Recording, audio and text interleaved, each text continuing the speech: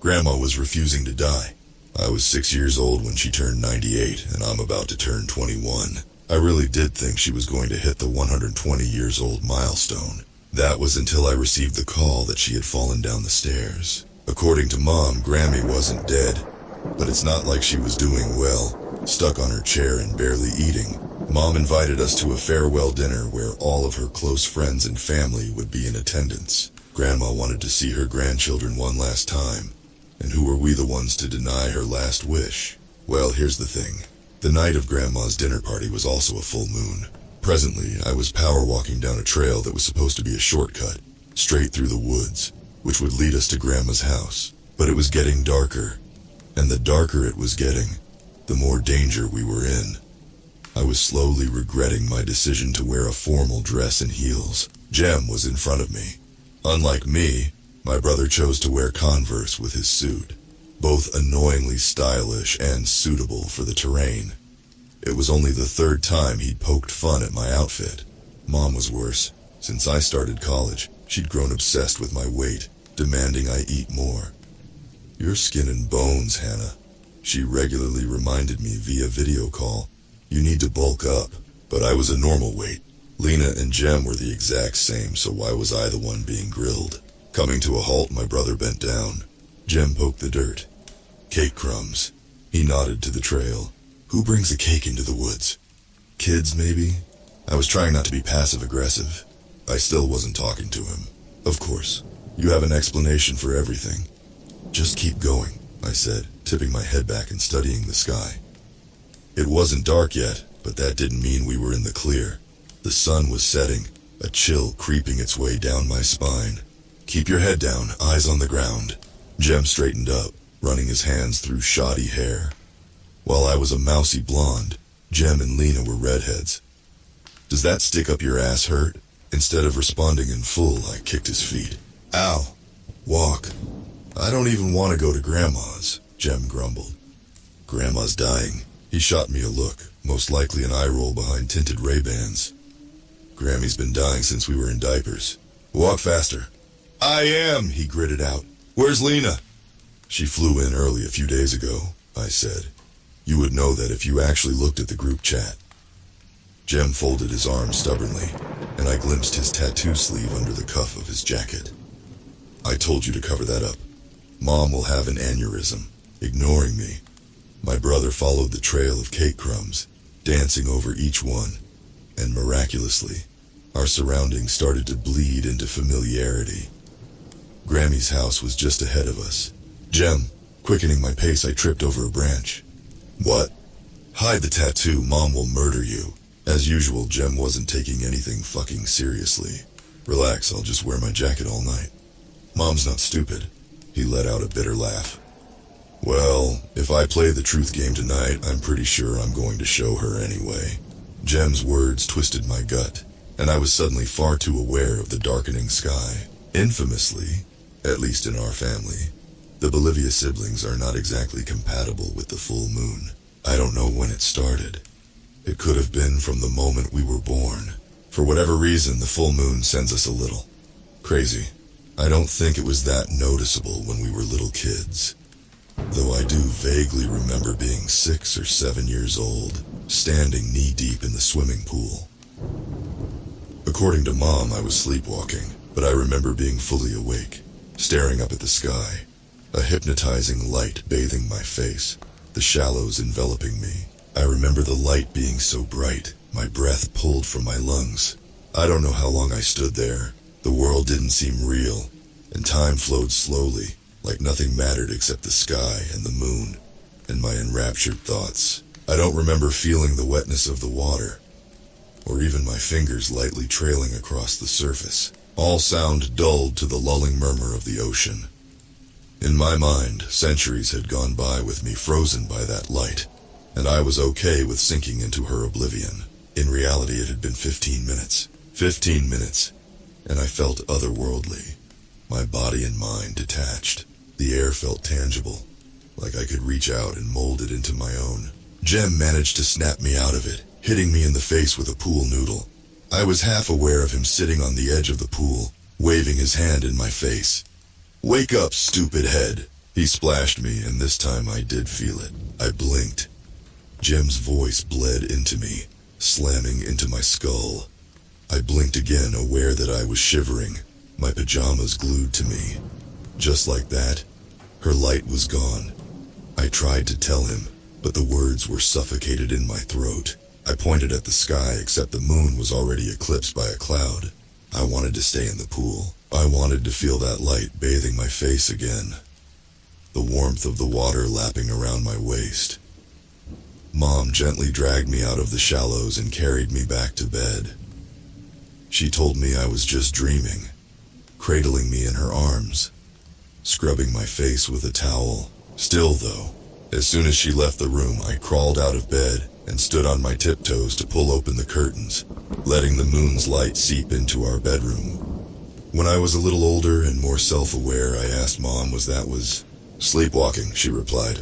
I thought it was sleepwalking, until the exact same thing happened to my brother and sister. Mom's birthday fell on a full moon, and at the time, the three of us were still in elementary school. I was 8, so I spent most of the afternoon sitting with my legs dangling in the pool, watching Mom's friends drinking cocktails.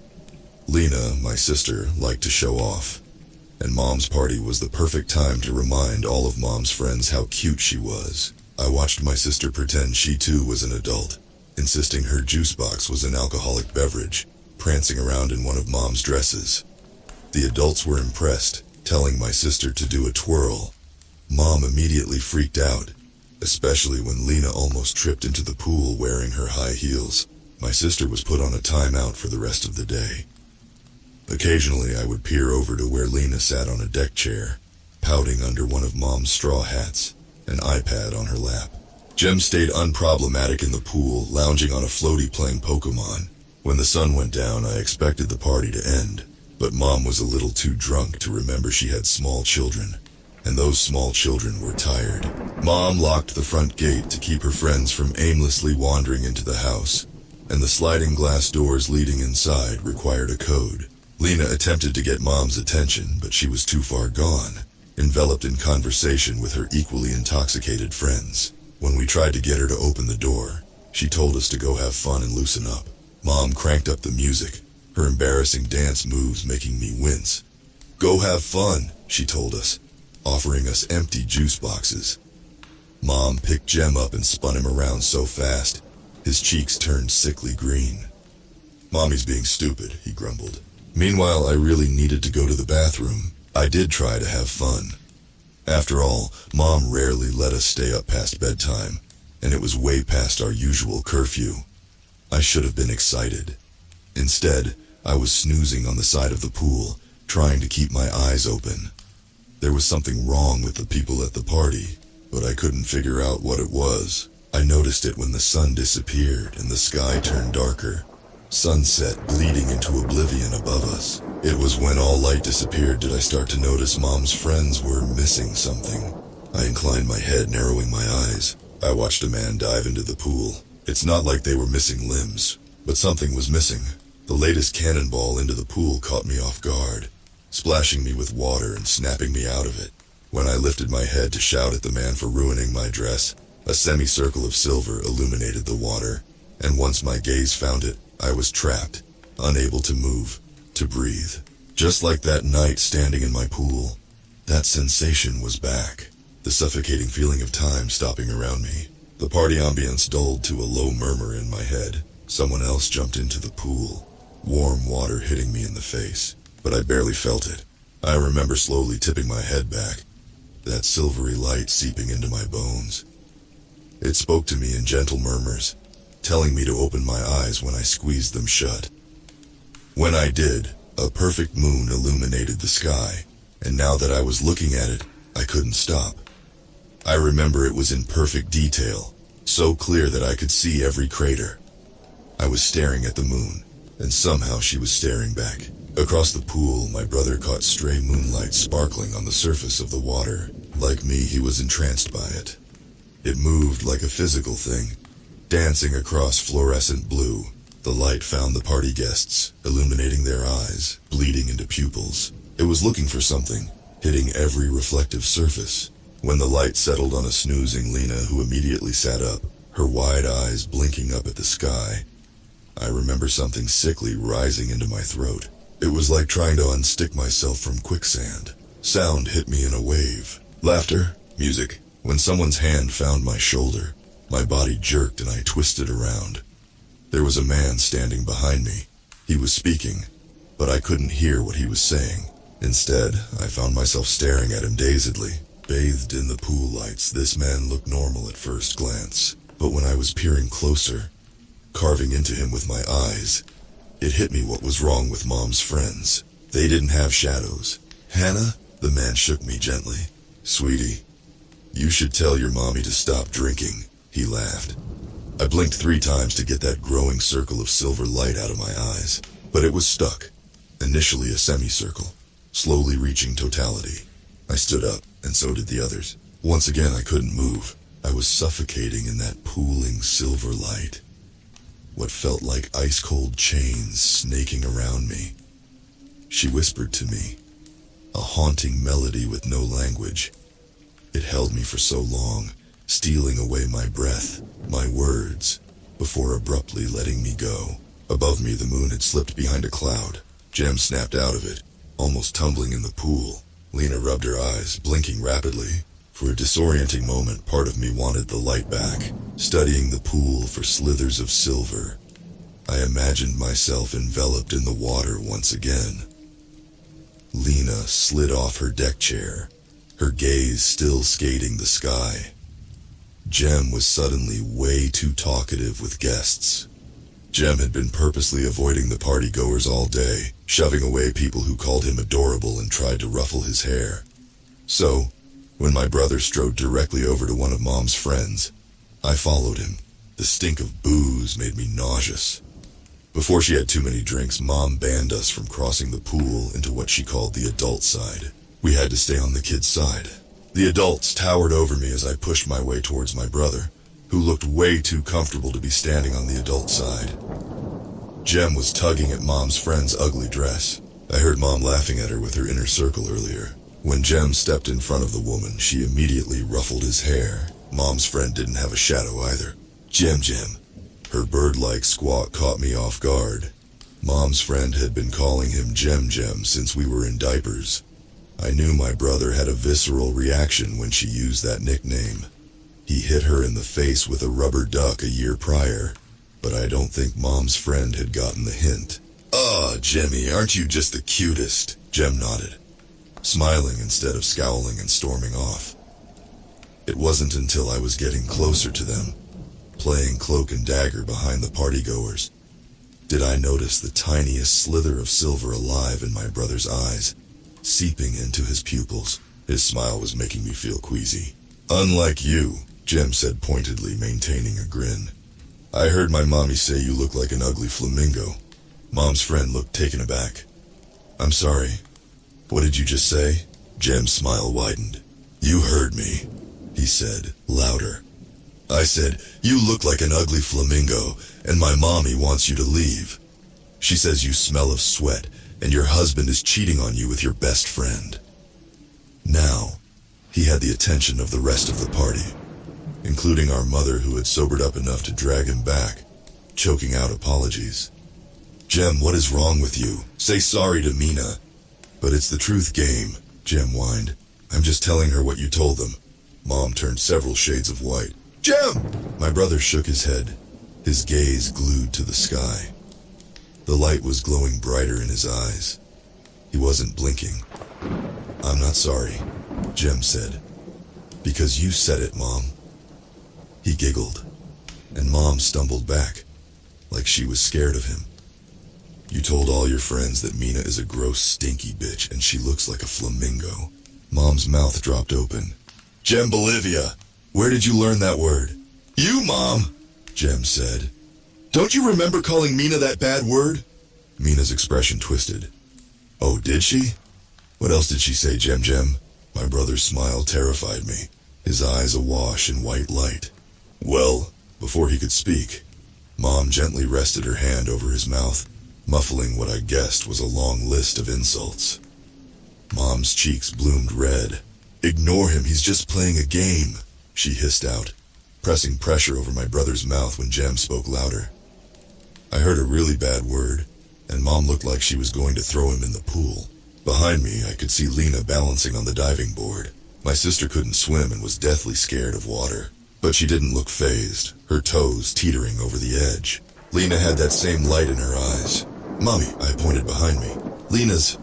Sweetie, not now, Mom said firmly, cutting me off, her attention on her friend. Mina, I don't understand why he's acting like this. Mom forced a laugh. You've known my son since he was a baby. Jem is usually so well behaved. She shoved my brother. Aren't you, Jem? You're going to say you're sorry for being rude. When Jem muffled another bad word under her hand, Mom turned scarlet. Did you have a miscarriage, Mina? Jem asked innocently, speaking through Mom's hand. I looked up at the sky for the moon, but the moon wasn't in the sky. She was dancing in my brother's eyes. Mommy says she's glad you lost your baby. She said you don't deserve to have a baby because you're an ugly, dumb bitch who leeches off her husband. The partygoers let out a collective murmur. Mom let go of Jem. Her hands slipped from his waist, lips twisting in disgust like he was diseased. Without a word, Mina strode over to our mother and dumped her colorful drink over Mom's head, soaking both Mom and Jem. Mina stepped back, her dark eyes flicking to my brother. Do you want me to start playing the truth game about your mother, Jem? That intrigued me. Jem only inclined his head. His voice sounded wrong, almost melodic. Maybe. Mina crouched in front of him, a scary smile on her face. Jem, do you know your birthday? Mina. Mom swiped orange cocktail from her face. Don't speak to my fucking child like that. Her eyes darkened. Stay out of my family's business. Mina didn't respond, grasping my brother's hands. Are you hungry, sweetheart? I bet you're really hungry. Jem nodded and the woman's smile widened. She opened her mouth to speak, a sudden loud splash cutting the tension. Mom twisted around, her eyes wide. Lena! Lena had jumped into the pool. I don't remember much from that night, except Lena being dragged out of the water and Mina leaving with a cryptic smile. Jem complained the next morning he didn't even remember what he said, and that just earned him another day of grounding. Mom chastised him for being rude, but my brother had zero idea what she was talking about. We never saw Mina again. Jem was dead, at least. As we grew older, however, the full moon's effect got worse. Lena developed a taste for raw meat. I caught her snacking on raw bacon. When I questioned what she was doing, my sister turned away from me, walking back upstairs in a daze. She had zero recollection the next day, vomiting her insides down the toilet. Jem became obsessed with water. When I say obsessed, I mean obsessed. His 13th birthday party happened to be a pool party, and once the sun went down, he refused to get out of the pool. When two of his friends dragged him out, he dived in the neighbor's pool, insisting he wanted to stay in there forever. Luckily, Mr. and Mrs. Croft were on vacation, but Jem was still arrested for trespassing. The next morning, my brother was soaking, shivering in the sheriff's office, a towel wrapped around him, claiming to have zero idea why he was in trouble. The sheriff let him off with a warning. When he was 15 years old, he poured an entire water cooler over his head in front of his girlfriend, and then confessed to having fantasies about his English teacher. She called the cops, also filming it, because what said, "I love you," like recording your boyfriend's mental breakdown. The video, which went viral across town, painting my brother as a psycho. He did look like one, admittedly. When Jem tried to tell her, it was the moon, she sent the screenshots to half of the school, humiliating him further. Jem was arrested. Again. The cops found him in another stranger's pool the following full moon. This time, two men in black wanted to speak to him. Lena dragged him out of there before they could start asking questions. I was a mixture of Lena and Jem. I found a raw chicken bone in my bed, and a half-eaten pigeon. During my school's lock-in, I came out to my entire freshman class, before almost waterboarding myself in the drinking fountain. I was drawn to water, but it was in a different way, while Jem and Lena wanted to stay enveloped in it. My polluted mind used it to look for her. She never dragged me into water like them. I was always left on the edge, my toes teetering so close, like she was teasing water over land. It was when we were 17, when the moon started to really fuck with us. The older we were getting, her spell was getting stronger. By our late teenagehood, we were fully aware of our sensitivity. I looked it up, but all I could find was a phenomenon called the Transylvania effect, a series of instances of the moon influencing human behavior. There were a series of Reddit posts a few years ago detailing someone afflicted, but I can't read them. Mom had this stupid child lock on the internet, so certain Reddit posts were blocked. Needless to say, we were fighting for our lives against a force completely out of our control.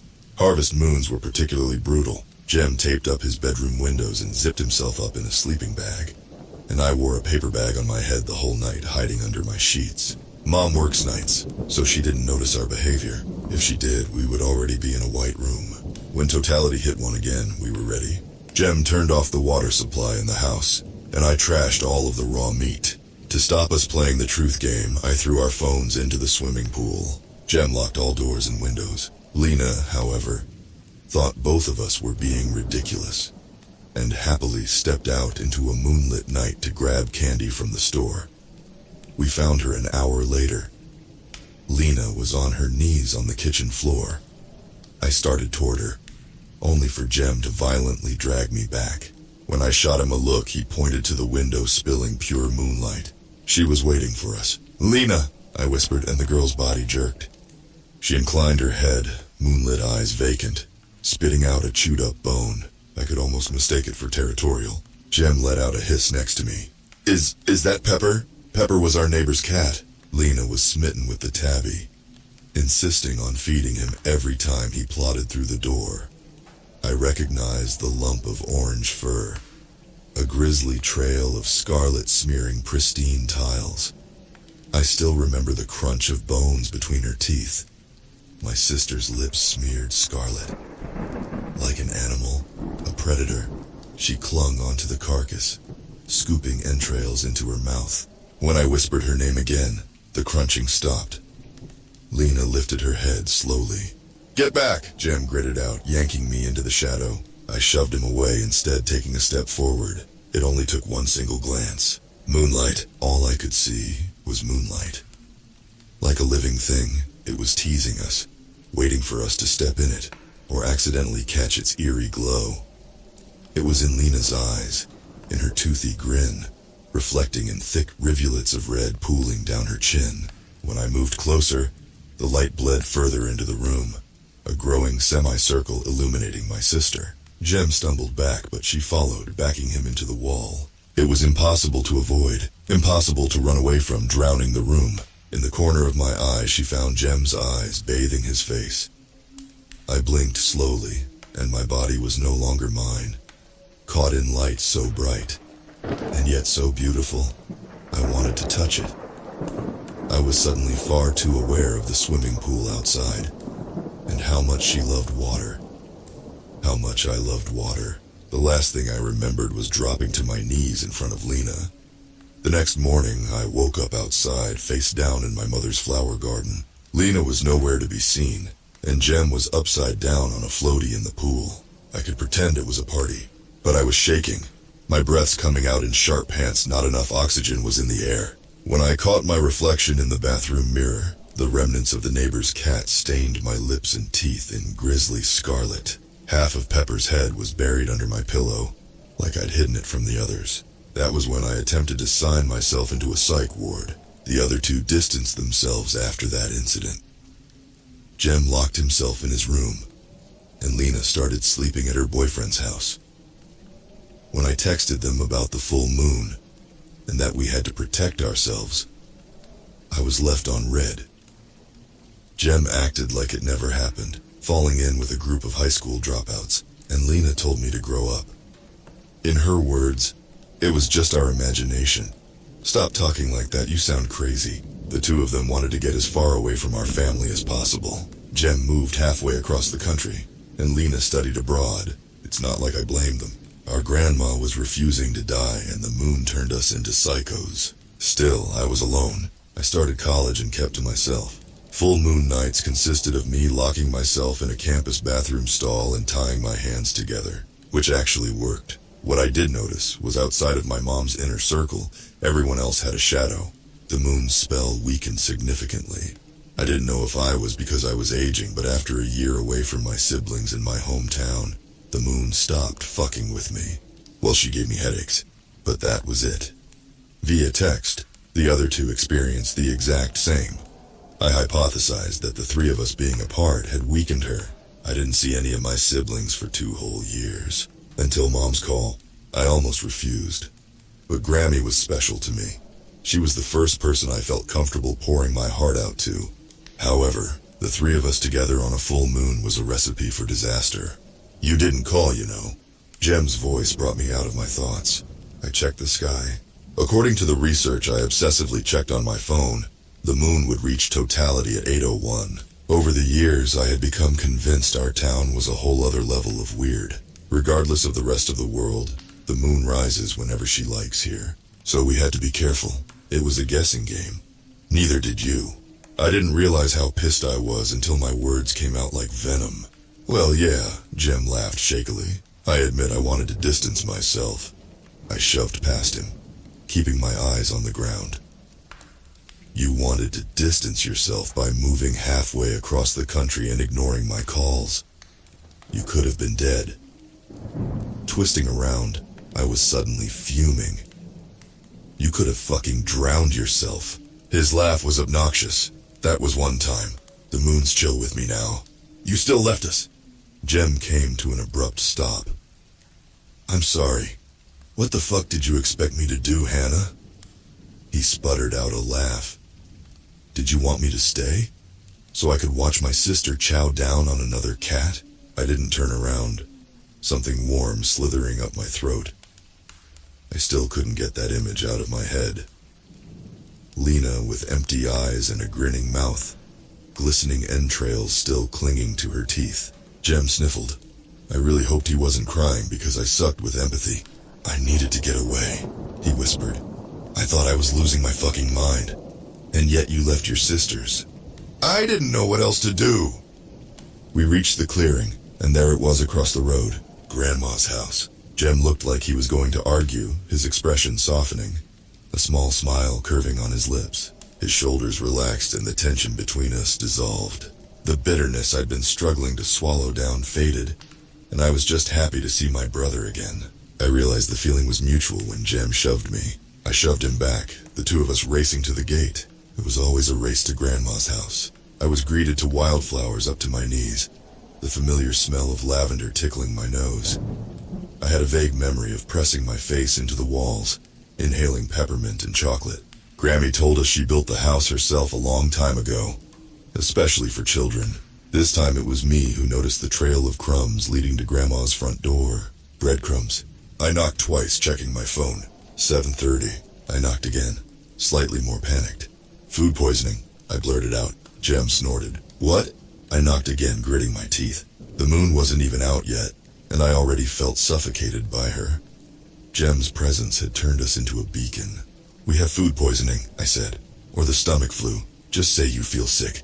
I've texted Lena. Jem nodded. And did she reply? Nope.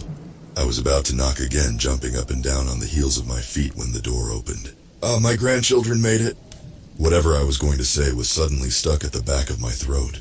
Grammy was standing in front of us, smiling widely. I was aware of voices behind her. A congregation of people gathered in her house. I could hear Mom's voice, smell the thick aroma of meat stew drifting through the door. I was partially aware of a phantom swarm of bugs wriggling down my spine, my mind thrown off kilter. Grandma, I managed to choke out. Hi.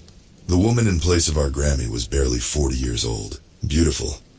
Her hair was liquid gold, every wrinkle on her face, every flaw gone. The last time I saw her, my Grammy was a hollow shell that could barely speak. Still, I could see my grandma in her sweet smile and kind eyes. It was her, but it was like Grammy's younger self had stepped out of a photo. I took a step back, my body already wanting to run. There was no way this woman was my 116-year-old grandma. Mom's exact words were that we were going to say goodbye. Drawing in a breath, I tried to smile, tried to greet this imposter while my brother stood almost trance-like. He whipped off his glasses, eyes wide, mouth hanging open. Grammy was supposed to be dying, supposed to be glued to her chair.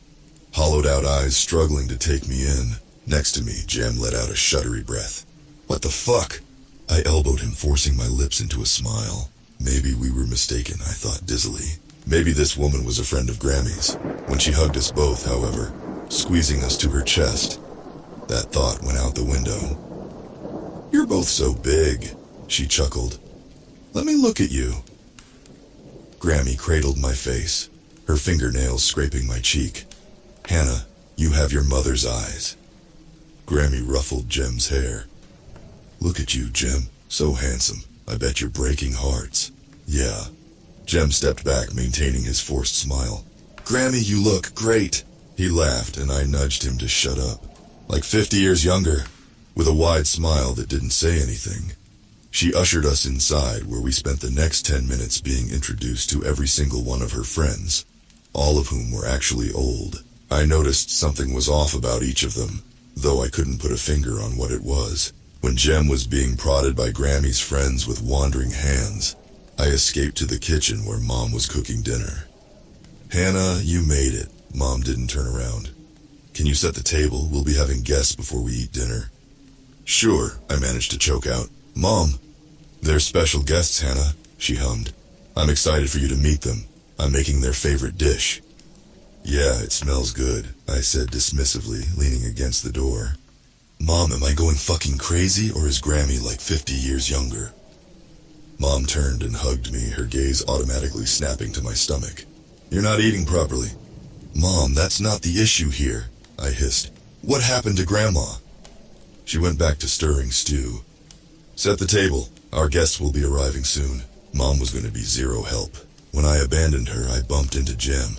His jacket hung off of one shoulder, a lipstick kiss smudged on his left cheek. They keep saying I look good enough to eat. Old people were adorable.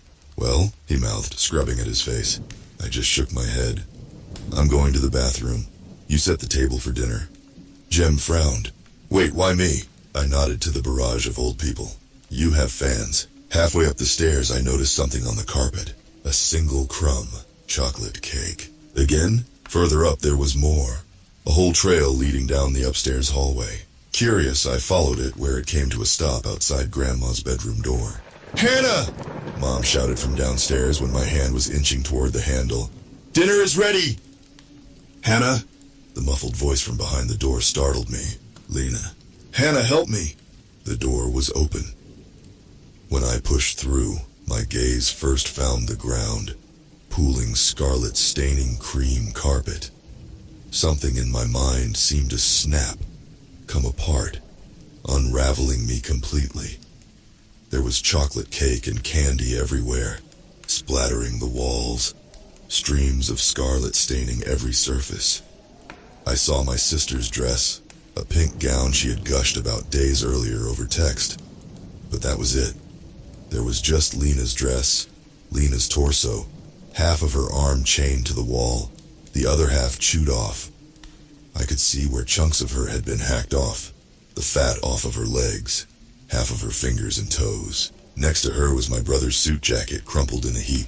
I glimpsed what looked like Jem's arm, mangled down to the bone, still attached to the wall.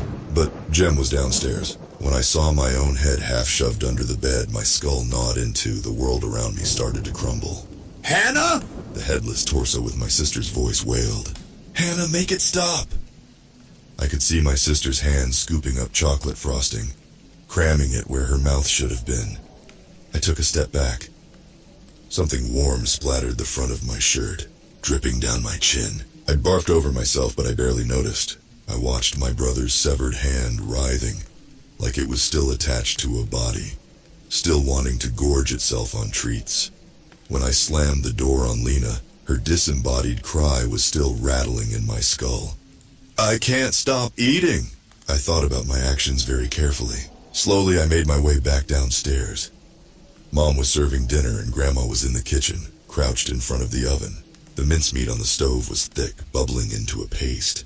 Lena stew. I took the sharpest knife I could find and aimed to stab my grandma in the neck.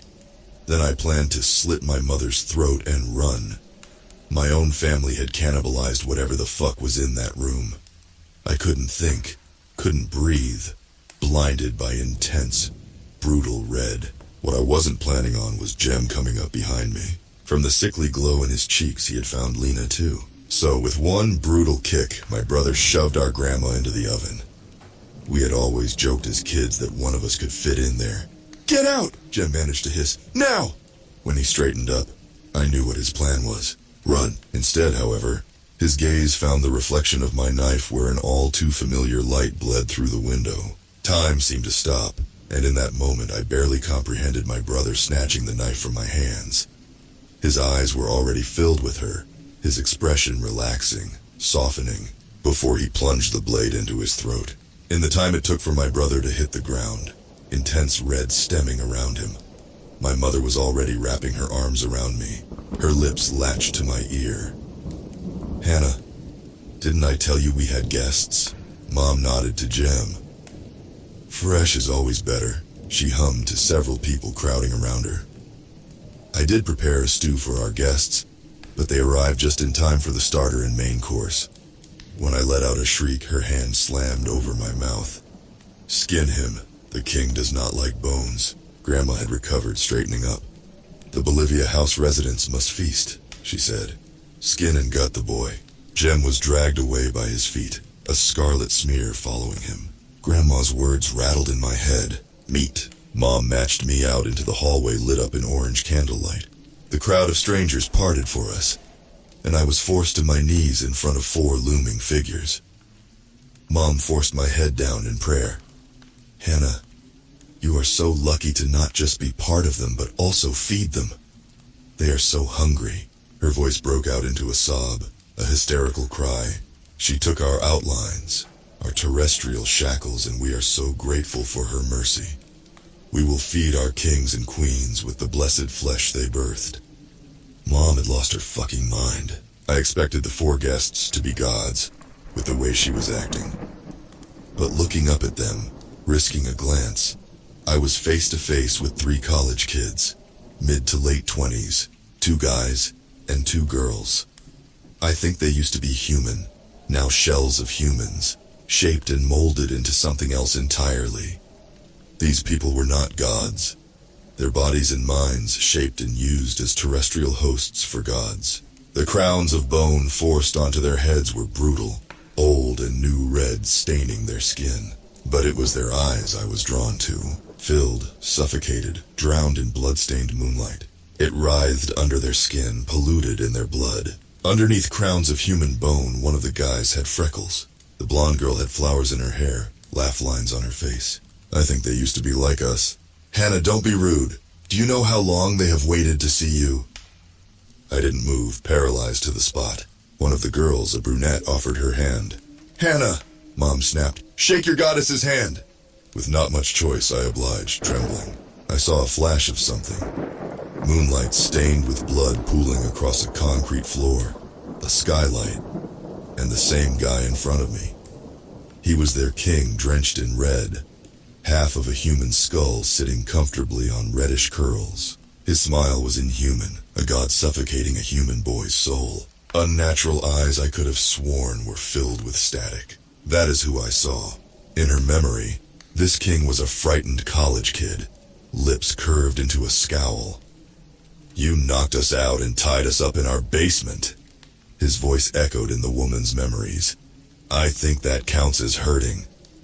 Another memory hit, and I sensed the woman's fingers tightening around mine. She was clinging to me, her nails stabbing into my flesh. "What if we don't come back this time?" His voice was soft. I saw human eyes filled with light, still clinging on. This man held a hatred, a disdain for her she didn't understand. "You didn't come back, you left me!" Her voice was faded, almost completely drowned out by that same melody. When she snatched her hand back, I blinked rapidly, the memory dissolving. The woman was staring at me, her lips curled into what might have been a cry. I recognized longing in her expression, pain. These 4 gods didn't have shadows either. I wanted to talk to them. I want to ask them why. before my mother slit my throat in front of them. I don't remember dying, and yet I can feel the blade slicing into my skin. I remember their teeth piercing my flesh, their fingers like claws ripping me open. But I didn't die. I was spat out before oblivion could take me. When I woke up, my body was made of static, my fingers etched from pins and needles. I was curled up in Grandma's attic. Next to me was Lena, sitting with her knees to her chest. Her eyes were wide, vacant. Jem was cross-legged, a box in front of him. I noticed he was still missing a leg, the shadow of it slowly stitching itself back into reality. There were flowers in the attic, dead and drooping, not made of static, pins and needles stitching them together. "Oh, you're awake." Jem threw a phone at me. "Calls don't work. Neither do texts, but it has the internet." "Jem?" He didn't look at me, his hands shaking. "Yeah, I know." He held up a sheet of paper and I squinted at it. "It's our birth certificates," Jem said. "According to this, we weren't born 21 years ago." He thrust the document in my face. "We were born 6 months ago." I followed his pointer finger. "That psycho bitch isn't our mother either." Jem prodded at a name that had been scratched out. "That is our mother." There's so much going through my head right now. I died. I came back to life. Is that why I also exist in that room? Am I a never-ending meat supply? You have to help us. I don't know who I am. I don't know where I am or what I am. Most importantly, I have no idea who or what brought us into this world.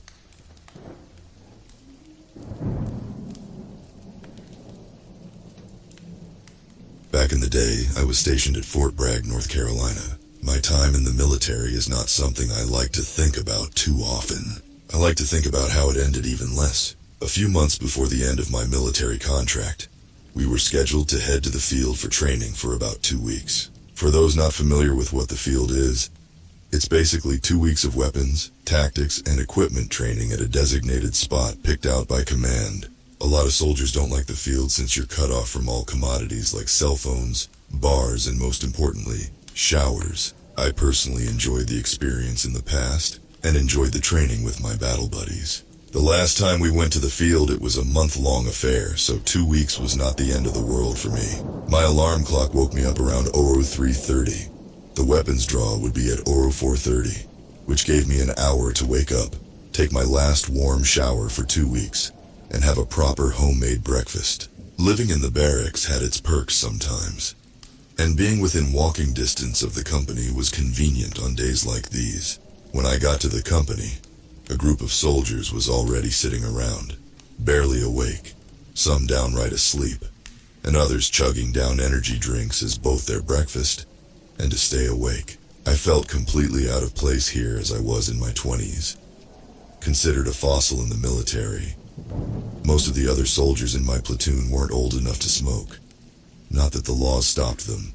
We lined up to sign out our weapons and blanks for our training. Most of us carried both M4s and M17s into the field. I pitied the M249 gunners having to carry those heavy bitches around.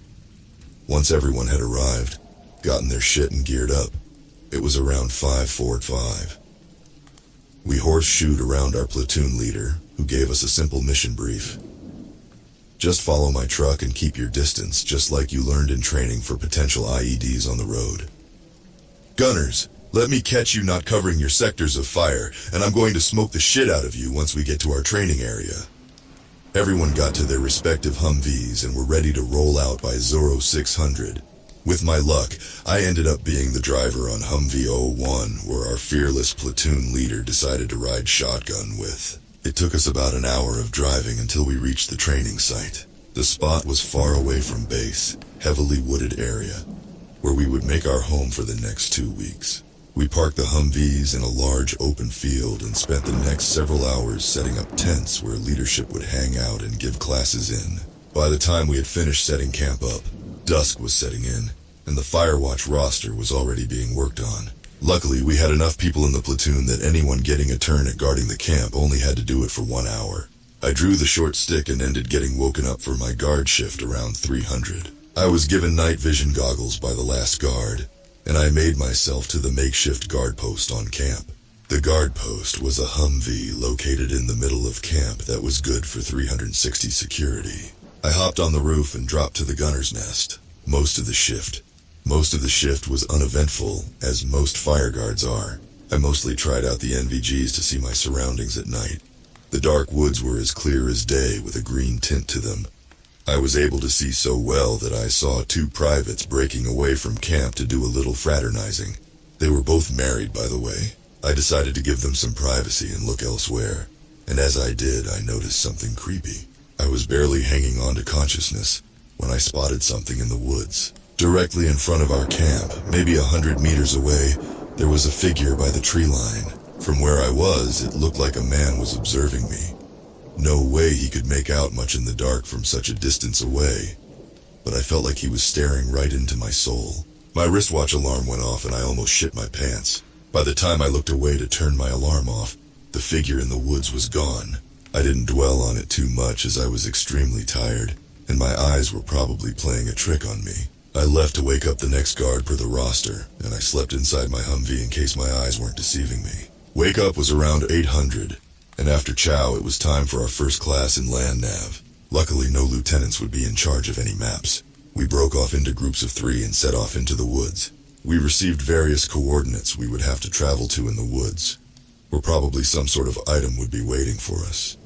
The woods were untouched in most of the area we traveled through, which meant we had to keep an eye out for uneven terrain and venomous snakes. A few miles into our hike, we reached our first coordinate location, where a lone cone was waiting for us in the middle of the woods. On it was a photo of a young soldier with only first and last name to identify him. I decided to pull out my cell phone and take a picture, so we had evidence we made it to each and every coordinate. Before we knew it, we had hiked half a day in those woods, and by the time we had made it to our last coordinate, the sun was beginning to set. We better start heading back before it gets dark. I don't want to be lost in these woods, I said while taking out my flashlight to light the way when night fell. We had started making our way back to camp when not 10 minutes in, night had engulfed the woods. One of our group, Carrion, had a disturbing comment to make. "Guys, I think we're being followed." The mere thought sent shivers down my spine, but I tried to ignore the feeling. We made a quick stop and I replied, "What makes you say that?" Before I could finish talking, I heard it, and I think everyone else heard it too. Somewhere away from us, maybe 30 meters in the direction we had just come from, was the sound of leaves and grass being crushed by something walking on them. Whatever was making the sound must have seen us stop because the steps stopped abruptly. I didn't want to seem too concerned to keep my other 2 battle buddies from falling into some sort of panic. "Come on, enough rest." I signaled for them to keep going. The other soldier, Diaz, moved up next to me. "Do you think it's some sergeant fucking with us?" he quietly whispered, not to alert whoever was following us. "Whatever it is, it's not an animal. It stopped when we did to not alert us." Carrion moved up to join the conversation. "Should we make a run for it? I'm sure we could make back faster if we ran." No one among us wanted to run in the dark with heavy equipment in an unknown land. I shut the idea down almost immediately. We don't know what we are dealing with. If it's a predator, running might provoke it. Keep your bearings, and if it gets too close, fire warning shots. It won't know we are just packing blanks. We kept making our way back to camp, our guard up every step of the way. With every minute that went by, we were sure whatever was following us was not someone from camp fucking with us. They would have tried something by now. Maybe some sort of ambush to teach us a lesson of some kind. But whoever or whatever they were, they kept their distance. The only evidence of their presence was slightly out of sync footsteps from our own in the darkness. By the time we were about a mile from camp, he made his move. Something ran past us in the dark. Whatever it was fast. Every time one of us tried to catch a glimpse of it with our flashlights, we would only see the forest and its trees. We saw the glowing eyes in the dark first, watching from afar and slowly creeping closer. There were many of them. I counted half a dozen set of eyes until one got impatient enough to get spotted by one of us. Diaz was pointing his flashlight to a tree 10 meters from us, and hugging the tree trunk was a thin figure, patchy hair covering parts of its body, bony hands attached to what seemed like razor-sharp claws, and a grotesque ear-to-ear smile. Somebody fired a burst shot, sending the creature in front of us running on all fours to somewhere in the darkness. Pure panic had a death grip over us. I barely remember sprinting in the other direction, courtesy of adrenaline. I recall my heavy breathing and how out of breath I was running at top speed with full gear on. I remember shooting at glowing eyes in the darkness and the deafening sound that followed. I remember somebody screaming in the dark and me not even stopping to look back at who it was. I remember somebody yelling at me. Then I realized it was a sergeant who was trying to get me to respond, trying to snap me out of my catatonic state. "Specialist, what the fuck happened?" He continued to yell as I was able to finally react. I didn't say anything immediately. I realized I was back at camp. My platoon was staring at me in horror and I noticed I was covered in blood. I was the only one of my group that had made it out of the woods. "There's something in the woods, we need to leave now." I instinctively pointed my M4 back at where I had come from, remembering the futileness of it as I was firing blanks. Suddenly, I found myself being tackled to the ground and restrained by multiple soldiers who disarmed me and knocked me out. Turns out coming out of the woods all bloodied up and missing 2 battle buddies did not inspire confidence in my word. When I came to, I was inside one of the tents that were being used by leadership as a makeshift prison for me. My hands and legs were tied up with zip ties, and there were 2 guards watching me who immediately told our platoon leader I was awake. When he walked into the tent, he was in full Vietnam mode, and I knew I was in for some torture. To my surprise, he just grabbed a chair and sat in front of me. "I'm only going to ask this once. Where are the bodies of Diaz and Carrion? I promise you, if you answer anything else than an exact location, you're going to have a very bad day, soldier. We have a search party out in the woods right now, and your cooperation could make this move faster." I was in complete shock. He didn't believe it yet. But he had just sent another group of soldiers to their deaths unnecessarily. "You gotta call them back here. They don't know what's out there." My platoon leader decked me across the face, then proceeded to kick my ribs while I was on the ground. When he was finished, the only thing I asked was for him to check on the group to see that I wasn't lying. He seemed to consider beating me some more before he reached into one of his pant pockets and retried a walkie. "LT, this is Platoon Daddy, come in." The static and zero reply was deafening. "I told you, there's something in the woods and you just sent those men to die." He kept trying the radio a few more times until both of us were able to hear faint gunfire in the distance. The platoon sergeant ran out of the tent and I was left bleeding where I was. They had taken my bulletproof vest off and searched me while I was unconscious. I didn't have enough luck left to find my multi-tool in one of my pockets. The guards came back into the tent and cut my restraints, helping me out outside. Everyone was in defensive positions around the camp, no doubt under some foolish belief that they could take whatever was coming for us. I heard a deafening sound and realized soldiers were shooting at something in the dark. The guards that were dragging me across camp suddenly dumped me next to an equipment tent and ran off to join whatever commotion was happening. The tent had equipment meant for troop training, and I immediately recognized the box where they had stored the NVGs. I quickly grabbed one and turned it on to see what the hell was going on outside. Soldiers were being attacked by the same creatures that attacked my group in the woods. Again, I could make up 6 creatures cutting through an entire platoon of good friends. I used the NVGs to low-crawl across camp and avoid the creatures' attention. My plan was to get to a Humvee and potentially make it back to base with some luck. I tried to ignore the screams of terror around me after the gunfire died down. When I managed to crawl to the nearest truck, I saw the reason for the screams around me. 2 creatures were holding a soldier down, one by his arms, another by his legs, while 2 others were digging into his belly and eating his intestines. The soldier, who thanks to the night vision, I could tell was our platoon leader, was screaming in terror as they ate him alive. Once his screams died down like he had gone to sleep, the 2 creatures holding him down pulled on his limbs, ripping them clean off. I managed to get to a Humvee undetected. Luckily, we don't keep them closed and no keys are needed to turn them on. I gently and quietly opened the door and flipped the switch to turn the Humvee on. It roared as loudly as an 18-wheeler, and when the lights came up, a group of those creatures were dining on another soldier 10 feet in front of me. The soldier actually reached a hand out for help before finally succumbing. I shifted the stick to drive and was ready to run the fuckers over when I noticed light tapping on my window. One of those things was standing outside, lightly tapping the window glass with its bloody claws and smiling maniacally at me with its blood-stained mouth. I floored it.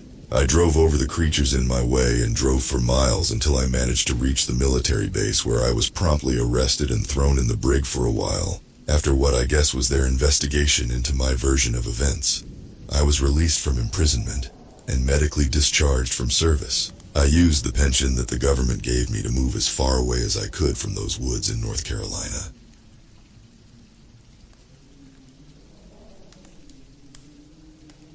I consider myself hard to rattle, but in this case, well, I think after this last one, I am reconsidering my career choice. I will recount my latest misadventure, and you may see why both my friend and I are considering a new line of work now. It all happened about a month ago. We had just gotten a call to a new job. "Come on, Jake, get the stuff in the van, we gotta go," I shouted down the hall to my best friend and co-worker as we scrambled to get all our cleaning supplies ready to go. "All right, I'm coming," Jake shouted back as he pushed a small cart with buckets, mops, and the many varied cleaning agents we needed for our work. Jake and I operated a small business doing crime scene cleanup, and we had to bring our own gear, which was annoying sometimes when we had just cleaned the van and had to reload everything all over again.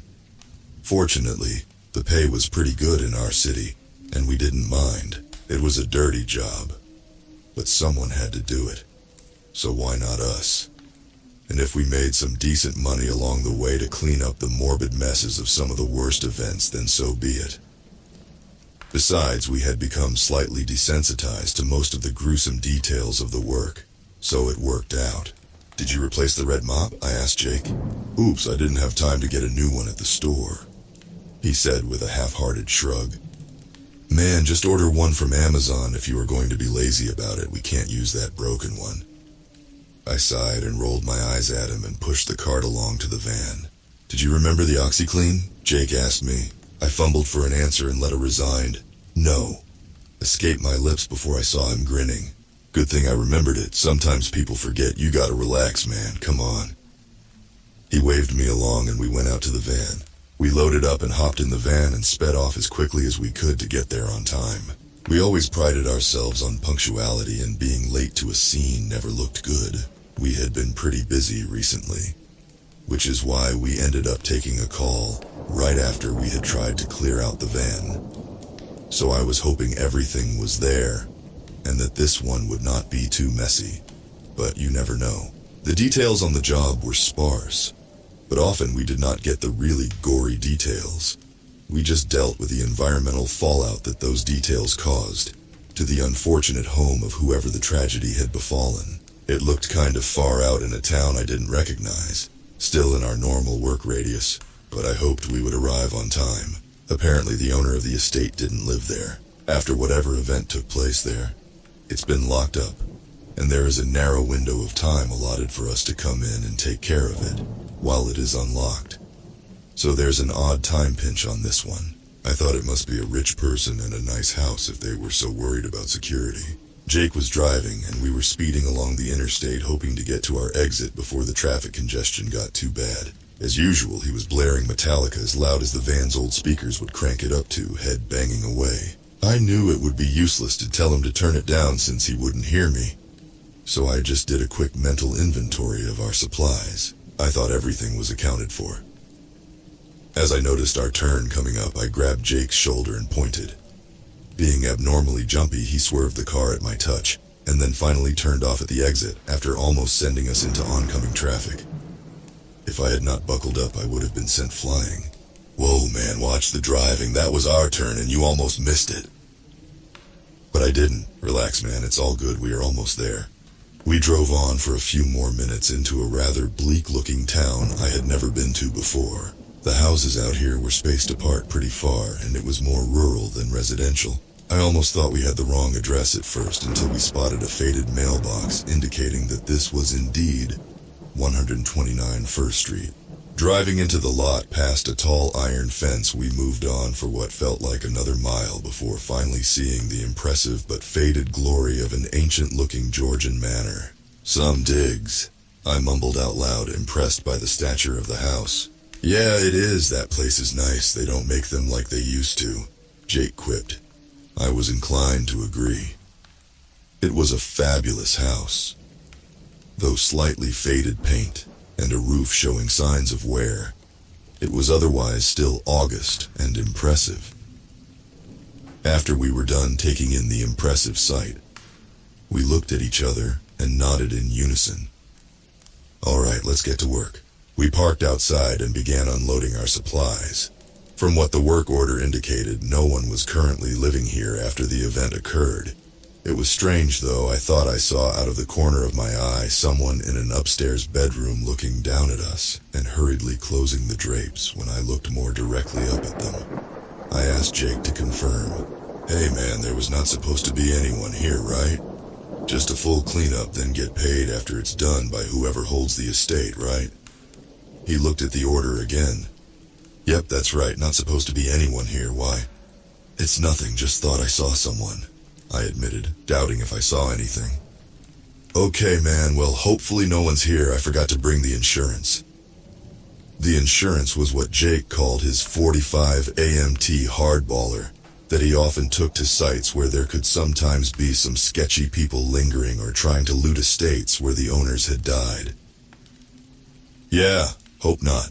It's probably just my imagination, let's get going. We pushed the cart along to the front door, and as expected it was unlocked. We opened the front door, and there was a torrent of musty air that billowed out as the ancient door swung wide. Inside was equally impressive. Fine furniture sat in every direction. Expensive-looking drapes and art adorned the walls. The original hardwood looked almost new in its pristine state. They somehow managed to keep it in, considering this house could easily be 100 years old or more. As we looked around, we knew that the entry hall was okay. Nothing to clean here, in fact, it was immaculate. Damn, do they even need us? This place looks so good on the inside. Whoever keeps it up needs to give us some tips. Assuming they aren't the ones who croaked, you know? Jake said, smiling at me as I suppressed a grin of my own. Gallows humor often spared us having to focus too much on the ramifications of the violent ends that these people suffered. Rich folks, no direct family to move in afterward. I'm guessing maybe something messy, possibly suicide upstairs, a bathroom perhaps, or a bedroom, I speculated. This place is huge though. Where do you think the spot is? I asked Jake, looking around to see where we should go. Well, let's assume the classic rich person violent crime of a person discovers an affair coming home from work early, finds the two cheaters in the throes of passion, and shoots wife, husband, then their lover, then themselves. He paused briefly for effect, with his arms raised. So, a bedroom then? I said, cutting him off. He frowned and laughed at me. Well, yes, sir. If you want to ruin my dramatic delivery, a bedroom bing bong boom. Let's hit it. He started upstairs, and I regarded the cart and the large staircase heading up. Let's leave it here for now until we know where we are taking it, I suggested. Yeah, sounds good, Jake said while rushing up the stairs. We checked a few rooms. This place must have at least 8 bedrooms. It was crazy. We found a room that looked like the master bedroom, and to his credit, Jake had likely called this one. In the room, there was much of what the other rooms had. Fine furniture, expensive-looking art, drapes, and tapestries. But in this room's case, it also had blood staining the walls, the bed, the floor, and even what appeared to be hair, parts of a skull, and possibly brain from someone likely having been shot in the head. We both paused only for a moment, taking in the grisly sight. Then Jake broke the silence. Called it. That means you have to go get the cart up here. He turned to look at me with a maniacal grin plastered on his face. I hate you sometimes, but yeah, it sure seems like you've got the gift. I couldn't help but smile as well as I sighed and started on my way downstairs. As I started back down the hall, there was a strange draft of cold air that blew down the hall, and the lights in the hall and bedroom flickered. I shrugged and figured a window might be open somewhere, and the wiring in a place this old could be badly out of date. I was making my way back down the upstairs hall to the stairs when I heard what sounded like a door slamming behind me. I wheeled around and looked but saw nothing. Jake, was that you? Stop messing with the doors, man. We have to get started soon, so you better be ready to get to work when I get back. It was starting to get colder in the house as I walked toward the stairs. I wondered if there was a heater we could turn on. This seemed weird. As I reached the top of the stairs, I looked down near the entrance and saw that the cart was missing. What the hell? There was no one else here, and we both left it right by the front door. Where could it have gone? I heard something strange coming from the other upstairs wing of the house that distracted me from the plight over the missing cart. It sounded like an old radio or some type of grainy audio quality device was playing a song. It sounded familiar. I started walking down the other hall instead of downstairs, and as the sound got louder, I recognized it. It was "Someday My Prince Will Come," the one from the Disney version of Snow White. I gasped aloud and checked myself. There must be someone else here who was playing that music. As I got closer to the door the music was coming from, I slowed my pace and heard a creepy murmuring voice. It sounded like they were humming along to the song. I decided that I needed to confront them and explain the situation. Even though the whole thing was super weird, I needed to tell whoever this was who we were, and importantly, what we were here for, and hopefully see where they took our cart of supplies. I got up the door and it was ajar, so I leaned in and saw a figure in a white dress sitting at an old vanity and brushing their long blonde hair with a fancy hand brush. In the corner of the room was an old record player, and indeed the person seemed to be playing that old Disney song rather loudly, humming along and brushing their hair in some sort of trance. If they could hear me now or when I approached, they did not seem to indicate as such. I leaned in and decided the best course was to knock brusquely on the door and try to say aloud but not too loud to be disturbing, "Excuse me, ma'am." At the sound of my voice, the figure stopped brushing her hair and set the brush down. After a distressingly long pause, there was a soft exhale, and the room seemed to chill suddenly. She stood up without facing me. To my surprise, despite the nature of the old record player, it seemed to stop completely once the woman stood up. I took a step back, feeling uneasy. Then I heard a quavering yet gentle voice. "You won't leave me, will you? Not like he did? Not like they always do?" I didn't know what to make of the question. I put on my best conciliatory voice and said, "Well, I am not sure who you are talking about, ma'am. But if you need help, we can certainly stay with you until help arrives. What is wrong? Did you see something? Or were you a victim in the incident that took place here?" I saw her shoulders begin to shudder, and I thought I heard the trembling beginnings of crying. "You can't leave me. Not like they did, not like they always try to. You can't, it is all too cruel." "It's all right, ma'am. I will stay with you. I'm not leaving." The crying stopped immediately, and I heard her gasp, and suddenly she sounded overjoyed. "I know that's why you came. I always knew you would come eventually. All the waiting, all the ugliness and violence with those other pigs. But you have finally come, my prince, just like in the fairy tales. It is true love this time. You will always be with me, not like those others who are false. Those who lie and try to hurt me." There was a rising frenzy in her tone that unsettled me. "Okay, sure. Let me just call my friend down the hall so he can come here, and maybe we can get some help for you if you need it, and we can see what happened here. What is your name?" The air felt like it left the room, and her elated tone changed to one of brutal scrutiny. "Friend? That other person is your friend? He is in there, isn't he? The den of sin, in with them." The last word was dripping with threat. What did she mean by them? Is he a liar and cheater too? Will he betray you just like they did to me? No, I won't allow it. I won't let anyone else hurt us now that we are together. We don't need help. We only need each other. She began crying again and turned to face me for the first time. I tried to temper my reaction to not alarm her, but I had a difficult time hiding my instinctual reaction. What I saw was the horrible and gaunt face of an emaciated woman missing her left eye and a large portion of her face. Knotted scar tissue and bruising indicated that some horrible injury had occurred to her.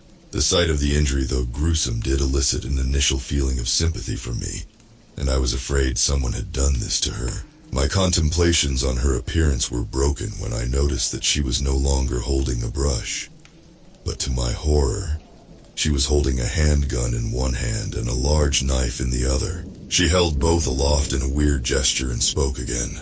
"Oh, my prince, you are so handsome. Come now, let us remove the only obstacle to our happiness. We need to cleanse the den of sin again. Your friend will betray you. Only I can give you the companionship you need, please." There was a sincere look of pleading in her eyes, and I could tell she was poised on the edge between joy and unmitigated fury. It all depended on my next choice of words. "Whoa now. Let's not do anything crazy. How about we put those weapons down and we can talk, yeah?" I tried my best to be convincing in my attempt to express interest in talking with her when every natural instinct in my body was compelling me to get the hell out of there. "Jake is just my coworker and friend. He is not planning on doing anything to you or me. He is a good guy. You can trust him, and you can trust us. But please, you need to put those down before we can help you." "Anything crazy? Crazy?" she repeated with a deranged frenzy and a disturbing smile twisting onto her face. "They always think you are crazy, always want to take and never give back, and I am the crazy one. No, only crazy for not doing it sooner, to him, to them. And now you. I will show you crazy. You have 10 seconds to bring your friend here, or I will redecorate this beautiful floral wallpaper here with your brains," she continued, her voice becoming a tremulous whisper, almost like she was talking to herself. "You sound just like he did. I knew it. I knew I couldn't trust you. The other one must be the price. The only way you can prove your love to me. If you don't do it, even by my prince, I will not be taken advantage of again. You can join the rest in death if you care so little for us." Oh God, I need to find a way out of this. I tried to retain my composure and I spoke as delicately as I could. Okay, there is no need to worry, my love. I will go down the hall and bring Jake to you. You just stay here and I will be right back and we can be together, I promise." She paused and scrutinized me briefly before accepting the lie and waving me down the hall with a smile. "Don't be long. The sooner it's done, the sooner we can start our lives together, just the two of us." She blew me a kiss and I shuddered at the prospect. As I slowly walked down the hall, the song from the room began playing again, and I knew I had only a minute to decide how to proceed with this. I did not know how long she expected me to be, but I only had a matter of minutes to get to the room and explain the situation to Jake. I was cursing myself for leaving my phone in the car. I hustled down the hall and burst through the door. Jake turned towards me as I entered and started speaking. "It's about time. What took so long? And where is the cart?" Before I closed the door, rushed forward, put a finger to my lips and whispered a harsh "Sssss." He looked confused and I quickly tried to explain the situation. "We need to go now. There is a crazy lady with a gun in the bedroom in the other wing upstairs, and she is going to kill us if we don't leave now." Jake smiled and shook his head. "Nice try, man, but that one's a little crazy. You should have gone with Ghost Kids or something harder to disprove if you were going to pull a fast one on me." I grabbed the front of his shirt and reasserted, "Dude, I am not joking. We need to leave now." Jake's playful facade finally disappeared, and he considered the reality of the situation. "Oh hell, man, you aren't joking. What are we gonna do? Where is she?" "She is down the hall waiting for me to come back, and I am pretty sure she wants to kill you and not let me leave here ever again," I told him matter-of-factly. "Oh, is that all?" Jake said, attempting to break the tension even in a crisis. "All right then, you lead the way. Goddamn, I knew I should have brought the insurance." I peeked down the hallway before exiting and silently gestured for Jake to follow. We crept down the hall, trying to avoid making any noise and not having any idea at what point the woman in the room might peek out to check what was taking so long. We made it to the stairs and began slowly descending them, trying to avoid the ever-present creaking steps that were often prominent in old stairs like these that had seen so many footfalls over a century.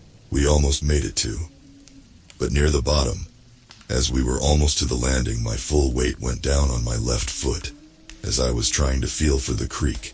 and I missed it entirely, and it let out a terrible creaking groan that broke the silence. The brief moment of hushed silence, as we stood there frozen, was broken by the sound of a door being thrown open upstairs. "Run!" I shouted back at Jake as we both leaped off the stairs and sprinted for the doors. We reached the front door, grasped the handle, and attempted to pull the door open. It would not budge. "Someone locked it. She must have locked it," I cried, not wanting to look back but not having a choice now. Jake continued fumbling with the door while I looked up at the top of the stairs to see the grim visage of the woman in the white dress. Thick makeup was running down her face, streaked by fresh tears. She was sobbing at first as she began screaming at us. "You! I trusted you! You were supposed to stay with me!"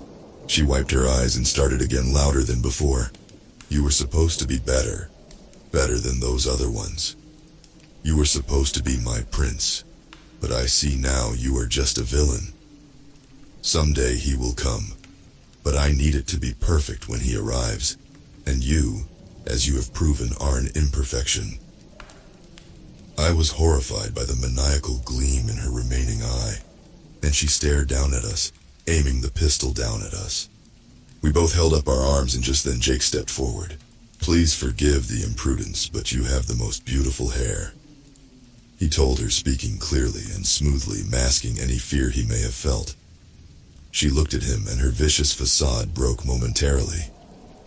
"Well, what did you say?" Jake followed up, saying, "Yes, you are a truly stunning beauty. My friend is truly blind if he did not see that. Perhaps I am the prince that has come to sweep you off your feet." He bent down in a sweeping bow while holding out a hand in her direction. I looked at Jake and started to mumble, "What the hell are you doing?" Before I could say another word, he gave me the look that I had come to know as the "don't ask questions, just play along" look that he had perfected when he was going to try something. "Come down here, my sweet, and we can dispose of this man who has wounded you so, and we can be together here forever." To my surprise, the woman put a hand over her mouth and blushed. Then she returned to her previous, happy, giddy state, and began descending the stairs. I hadn't dared hope, but maybe I have found you, the true prince who arrives with the false one. Yes, how fitting. Now a chance to cut out the corruption of the liars and deceivers. She got about halfway to us and paused. "Yes, cut out the corruption. Prove yourself, prove your love." She emphasized the word cut when she spoke, and threw the knife she was holding on the ground near Jake, and then pointed at me. "Cut out his lying tongue, and that will prove your loyalty to me and only me. Then we can kill him, and send him to the place where all the liars and cheats have gone before." She did not lower the gun and kept it pointed more at me than at Jake now. He bent down to pick up the knife, and he must have seen the perplexed look of desperation on my face. I did not know how exactly we were going to get out of this alive. He looked at me, then looked down to his other hand in his pocket, and then sidelong at the door. Suddenly, a blaring car alarm started sounding outside. Without missing a beat, Jake tucked the van's fob back into his jeans and turned to the woman. "Someone else must be here. They triggered the van's motion alarm. What should we do, my lady?" He kept up a deferential tone that somehow convinced the deranged woman that he was really going through with all this. She looked panicked, and had clearly not accounted for more people showing up right now, or at least the impression that they were. "No, not more, I can't keep doing this." She pulled on her hair and started hyperventilating. I looked over to Jake, and he held up a hand when I started moving towards her. "Hold on a moment. My lady, perhaps we should hide until the trespassers leave, and then we may resume what we have started here." She paused briefly, considering while still aiming the gun at us. "All right, you behind him. Back upstairs there is a place I have been using to hide from the illegitimate heir to this estate." She gestured for us to head up the stairs. Me first, then Jake, still holding me at knife point while she kept the gun trained on us. At first she was further behind us, but on the stairs she ended up getting closer to Jake, and that's when we made our move. Jake wheeled backwards and managed to elbow the woman in the head, but not before she had discharged the weapon and sent a shot into the banister. She tumbled down several stairs, and Jake himself was off-balanced and fell back as well. I turned around and saw the woman regaining her footing and saw that she still held onto the gun. I hopped onto the banister and slid down the rest of the way into an awkward kind of tumble-turn tackle as I charged into her just as she was leveling a shot at me. The gun fired. I thought it had gone wide as I hit her, but I felt a terrible pain near my collarbone and knew she hadn't missed this time. Despite the pain, I tried to land on her and hopefully knock the gun loose. I saw it clatter a few feet away and knew it had worked. Jake leapt forward and grabbed the gun, but as he was sitting up to train it on her, she leapt at him, and to my horror, I saw she had reclaimed the fallen knife and had stabbed Jake in the arm, causing him to drop the gun. She wailed as she tried to stab Jake even more. You two, all of you! I had to stop her.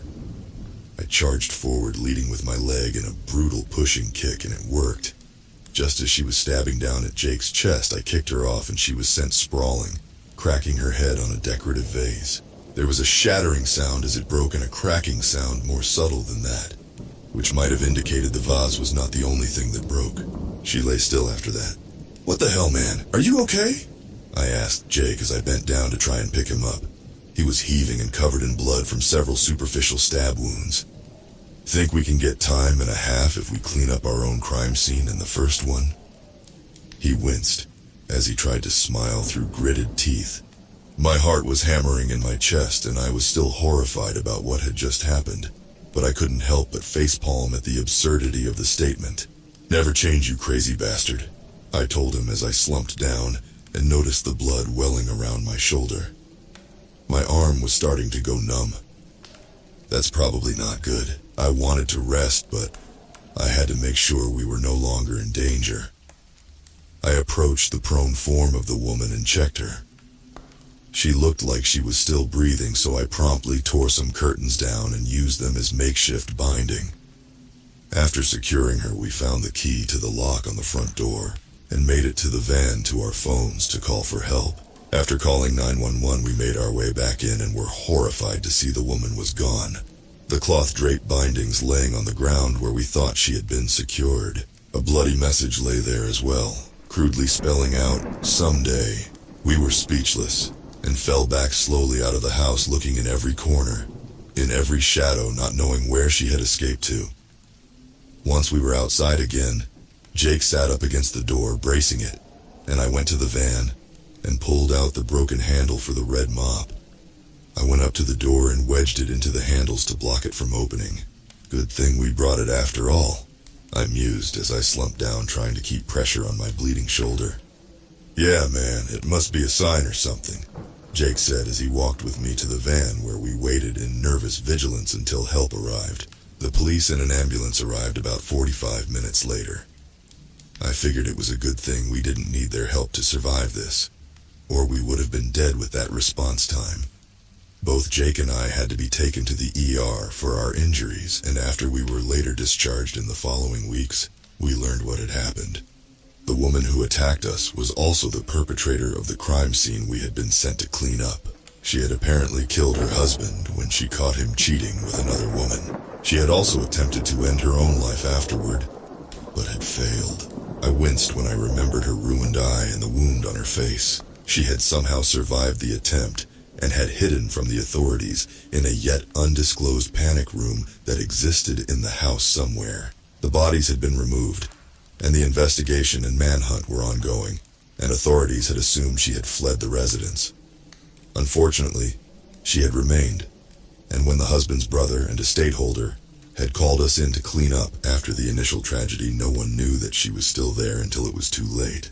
The part that disturbed us, though, was that this information was gleaned from a recovered journal she had been keeping, and despite police completely ransacking the place looking for her, she was never found. She is still out there somewhere waiting to find her prince, someday. I shuddered at the prospect and began having doubts about my continued work in this field. Jake and I are doing okay now and have mostly recovered. We are both going to look into a different line of work after this, something a little less violent, crime adjacent. You see some crazy shit in this sort of work, but this one was beyond the pale. What do you think? Anywhere interesting hiring?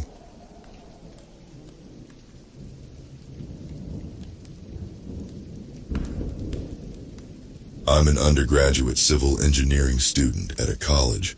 I won't say which one specifically, but it's in the northeastern United States. I share my apartment with one other person, Hallie. She's a biomedical engineering major. Neither of us were perfect roommates, obviously, but I'd say we're pretty good friends, having bonded over the difficulty of freshman year engineering courses 3 years ago. 2 nights ago, I was sitting on our couch when Hallie came out of her room looking ready to head out somewhere. "Where you headed?" I asked absent-mindedly, focused more on the Mario Kart race I was currently winning than on her. Dr. Evans sent out an email the other day. She's running some kind of extra credit lab tonight. "Marshall, I swear to God, this is going to suck, and I don't really want to go, but I could use the points," she replied, sounding tired. "Alright, have fun, I guess.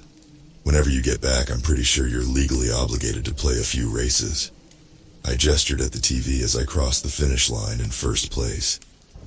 "Yeah, sure, as long as you're cool with fucking losing," she answered, already halfway out the front door. I got back to my game after she left. I played for a few more hours, tucking this weird late-night lab she mentioned to the back of my memory. I know she had mentioned that she was practically failing this Dr. Evans class. It was like an epidemiology class or something, so I could at least understand why she needed the extra points. But it had to have been around 8:30 p.m. when she left, and having a lab that late was definitely not normal. I lost track of time for the next few hours, and before I realized it, it was almost midnight. I headed over to the kitchen, threw a frozen meal in the microwave, and thought about texting Hallie to make sure she was okay when I heard the front door open. I looked out to our living room, and there she was. She looked like a mess. Her hair was wild and she was all scratched and bruised, a large blood stain on the front of her t-shirt. "Shit, you okay? You look like you got in a fight or something," I asked, worried, as I reached into the freezer and tossed her an ice pack. The ice pack flew through the air, across our living room, and smacked into her chest before falling to the ground. She made no attempt to catch it, instead standing still and staring at me wide-eyed.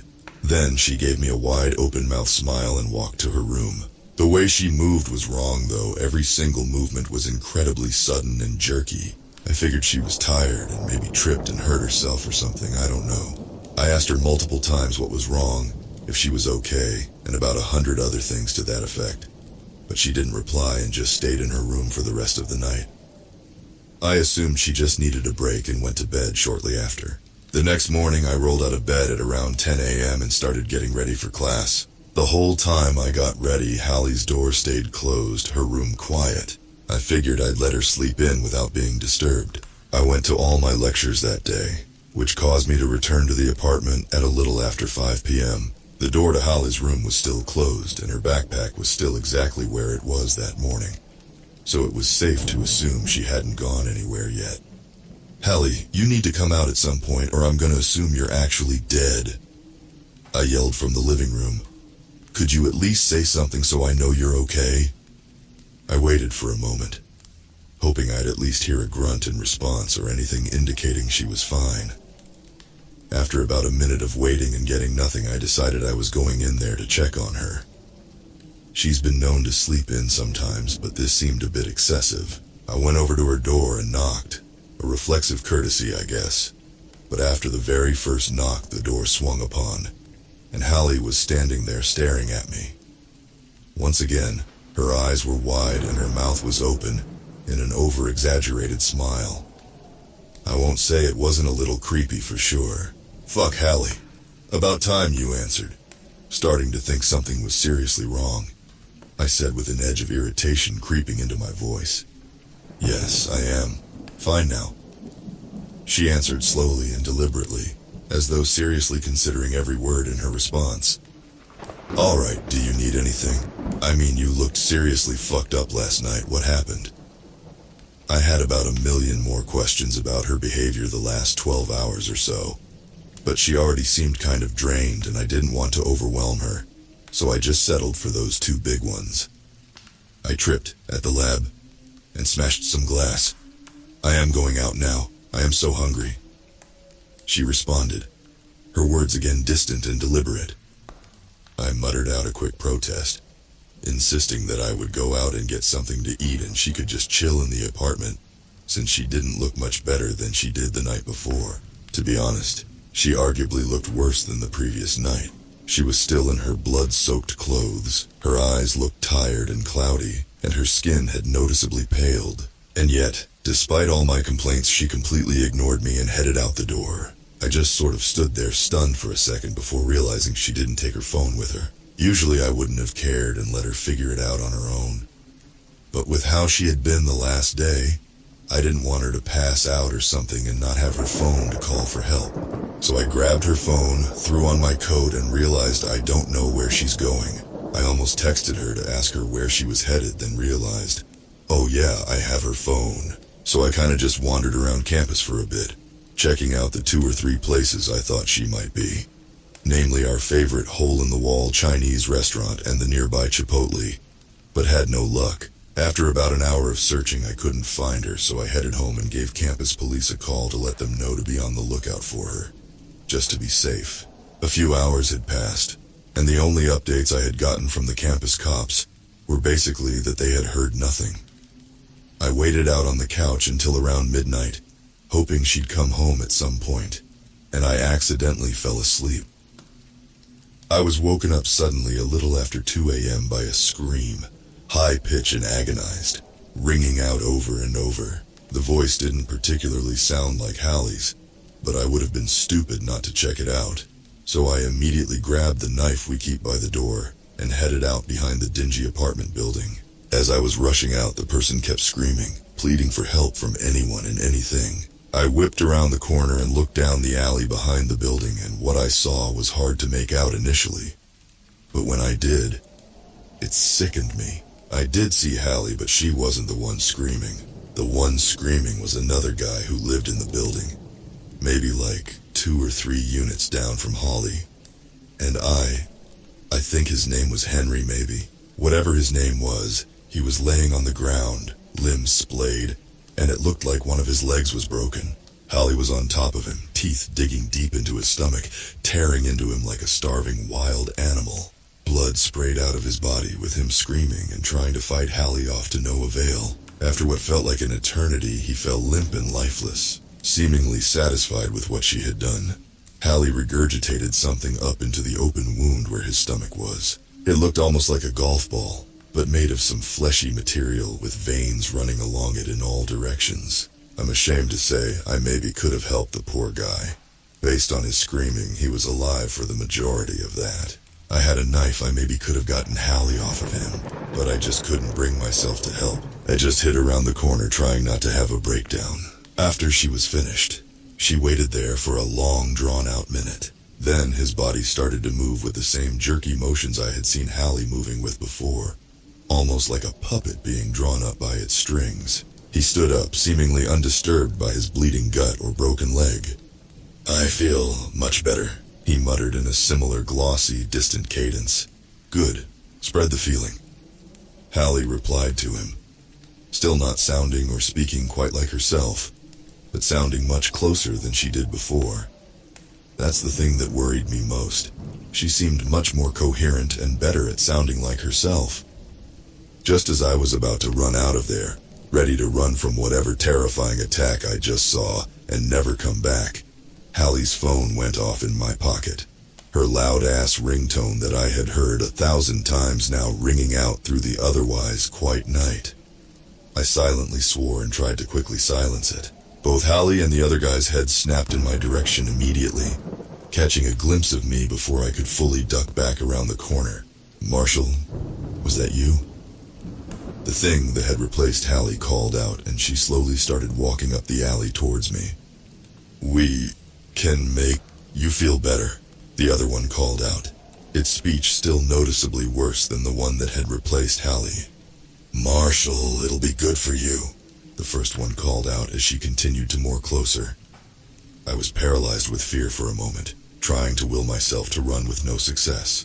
It was only when Hallie was about halfway to me and she started running did my fear paralysis shake off. I ran away from the apartment, dropping her still ringing phone as I did, and they both broke off in a dead sprint after me. I think Hallie was keeping pretty good pace with me. I was too scared of what I'd see to look back, but I could hear her footsteps slamming behind me, closer than I'd like. The other one, whether he could feel the pain or not, his leg was still broken. It took about 3 or 4 awkward steps towards me before its leg buckled, collapsing in a heap on the ground. After running through streets that were only kind of familiar for 5 minutes, I got tripped up on myself and fell to the ground hard. The thing that was imitating Hallie was on top of me instantly, clawing at my chest with her nails and trying to fully pin me down. Panicking, I fumbled for the knife in my pocket, trying hard to overwhelm my fear and steady my hands enough to get it out. I lashed out with my legs and planted a foot in Hallie's chest, knocking her off of me for only a few seconds. The few seconds was all I needed to grab the knife and plunge it into her upper thigh over and over again. Feeling confident that she could no longer chase me, but not wanting to stick around, I continued running for another 20 minutes, fueled by nothing but cortisol and adrenaline. I ran until I got to my friend Devin's dorm on the other side of campus, and frantically pounded on the door until he let me in. I must have looked terrible, panicked and bleeding from my partially sliced open torso. Devin could tell something was up and told me I could stay with him for a few days. I thought about calling campus police, but thought against it, as it would probably incriminate me more than anything else. I needed to get away from that fucking place. I don't know if something happened to Hallie at that night lab she went to, or if the night lab was even a real thing, but I just need to get out of here. I don't know if these things are going to spread this feeling to the whole campus, but I'm not staying around to find out.